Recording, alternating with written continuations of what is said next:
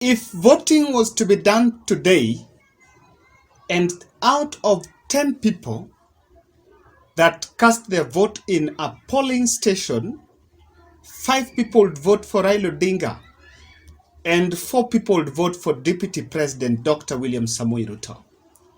That is the newest revelation by the latest opinion poll. And I've tried to confine myself to the Star opinion poll that was conducted by Radio Africa. It is normally conducted by a sampling size of 3,000 people, and the interviews are computer aided, which are just telephone calls. I don't understand the other demographics that they use. According to that opinion poll, they normally do it monthly. At this time last year, William Ruto was at 67%, enjoying popularity, and was the only presidential candidate. By that time, Raila had not announced. Last month, Raila Odinga's popularity was at 35%, and Deputy President was at 43%. Within just the 1 month, according to the Radio Africa team, Raila's popularity have shot from 35 to 47, a whopping 12% growth in popularity. Others have argued it's a bit impractical. Now, ladies and gentlemen, I want us to look at this opinion poll. I had a very exclusive interview with political governance expert from Uganda known as Charles Bigamba. He's a very good friend of mine. And we're just trying to put these opinion polls to perspective. Now, in our discussion, there are observations that came out on the implication of these opinion polls. First, why they are coming now. This is their time. And these opinion polls are meant to shape perception and influence how people are going to relate with the political messaging from both Raila and Dr. William Samoei Ruto. So, ladies and gentlemen, the truth of the matter here is that these polls have impacts on both sides. And the question is this, on the side of Raila Odinga, this opinion poll, the 12% increase, is also trying to show the impact of Sagana 3 declaration. Remember, Sagana 3 happened, and in that Sagana 3, President Uhuru Kenyatta came out to publicly endorse Raila Odinga. On the other side, the Kalonzo Tosha moment is also getting some credit here. Remember, according to the Star, the polling closed on the day Kalonzo was saying Raila Tosha. So there is quite a number of people that made their decision to support Raila after the Kalonzo Tosha, because of course Kalonzo's supporters seems to have now joined Raila Odinga. Now this is shaping the contest to a 2-horse race between Raila and William Samoei Ruto. Now that could also be attributed on the campaign messaging for the Raila Odinga side. Now, on William Ruto's side, this opinion polls might be a wake-up call, and William Ruto can use this, whether he agrees with it or not, but he can use it to summon the leaders, maybe from the Central Kenya and his campaign team, on soul-searching, on the introspection of how they can change the tide. So this is an opportunity to soul-search with both campaign teams. And Deputy President William Ruto can actually technically agree with this poll, so that when he summons the team, he can question what Mudavadi is bringing on board, what the Central Kenya team are doing, and how the political tides are changing. So this is a very good tool for both the two camps to sit down and re-strategize. Now that was my interview with Charles. So ladies and gentlemen, we all have to agree, whether you agree with this opinion poll or not, but there is an element of change on either Raila Odinga's popularity or William Ruto popularity. I want us to look at the narratives that are shaping the popularity of these two frontrunners, Raila Odinga and William Ruto. But before we do that, if you're watching this video, just confirm your subscription. I know majority of us have subscribed, but just confirm your subscription. Also click the notification bell, and when we publish this video, you will be notified. And I want to still say thank you. We are heading to 12,000 subscribers. We are on a journey. Pole pole tu tutafika. Now, the first narrative is the unity versus economic revival. Both camps have this narrative.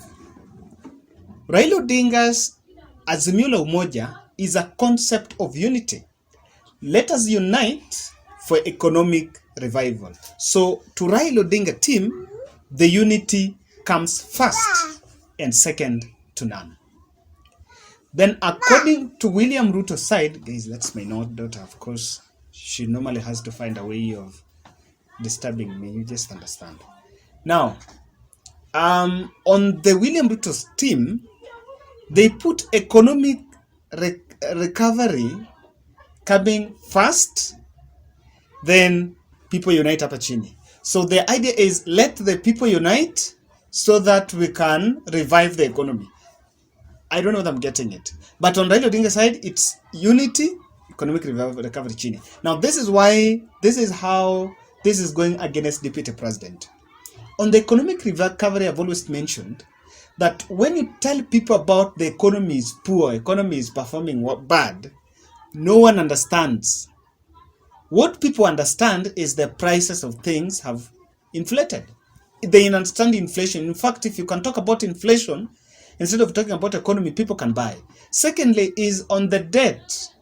You know, when you go to the campaign rallies and tell Kenyans that tunadaiwa the trillions, or every Kenyan is anadaiwa, to people it doesn't make more of that emotional appeal, because of course every Kenyan know that no one is going to be smoke them from their houses so that they pay that debt. Now it sounds more of just an opposition or a criticism of the government than a political message to the voters. So the unity, according to me, is winning more than what is being peddled to the other side, that is packaged as economic revolution. Secondly is, the second narrative is the 2022 contest as a contest between Uhuru and William Ruto. The reason why this is a disadvantage on the Kenya Kwanza team is because first, Uhuru is not on ballot. The person that is on ballot with Deputy President William Ruto is Raila Odinga. But when you shape that contest, it seems that, you know, the people who voted for Uhuru and Deputy President. So when the contest is between two, then it means the supporters of President Uhuru Kenyatta are likely to support Honorable Raila Odinga. Now, that narrative is working against, because of course, the President Uhuru Kenyatta is an incumbent. So Kenyans feel that, okay, look here, this is the direction that we should take. So that contest between Uhuru and Ruto is, and again, it also makes Raila be a candidate that is seen as the new blood, even though he's been here for long. So I think that is a narrative that is not really selling well in the political space. Now, the other one is the vote rigging narrative. When Deputy President flew out of the country, before he flew, this vote rigging started with Sabina Chege while she was attending a rally in Vihiga, then came back. Then when Uhuru flew away, Uhuru also flew in US, Uhuru also went there, not Uhuru, rather Ruto. But again, also Moses Kura is saying, you know, the people in UDA, the people that stole votes for President Uhuru Kenyatta. When Ruto went abroad to talk about the election rigging, I think to voters back in Kenya, the minds have been made that for people who complain that they are rigged, that they're being rigged, those are the losers. So to some of his supporters back in Kenya, they might be now thinking that perhaps it will not be Deputy President William Samoei Ruto. So this can also have an impact on his depreciating or rather stagnant popularity, because it seems that his graph is not growing. Lastly is the corruption narrative. I think for William Ruto supporters, and I think for William Ruto's political handlers, if there is something that they are really struggling is to counter the corruption narrative. And what the deputy president have only done is to say the way he's being called a thief while he helped the president seize central power. But he did not come back to, I think they're not countering that narrative, because to me what I think they should do is at least to prove their innocence. And proving your innocence, saying that, look here, I am not corrupt because I have not been convicted in any court of law with any corruption case. So just with that, they can counter that narrative very well. Let us look at the Mutai Nguyen's tweet on this. Fact, I am the biological father of the hustler nation. Ruto is the surrogate father, but now my creation has turned into a fellowship of thugs. Hashtag UDA NDC. So this issue of Ruto being branded a corruption warlord, a corruption lord, or let's say, for lack of a better word, the corruption tag, that tag is a tag that is not giving him good reception on ground.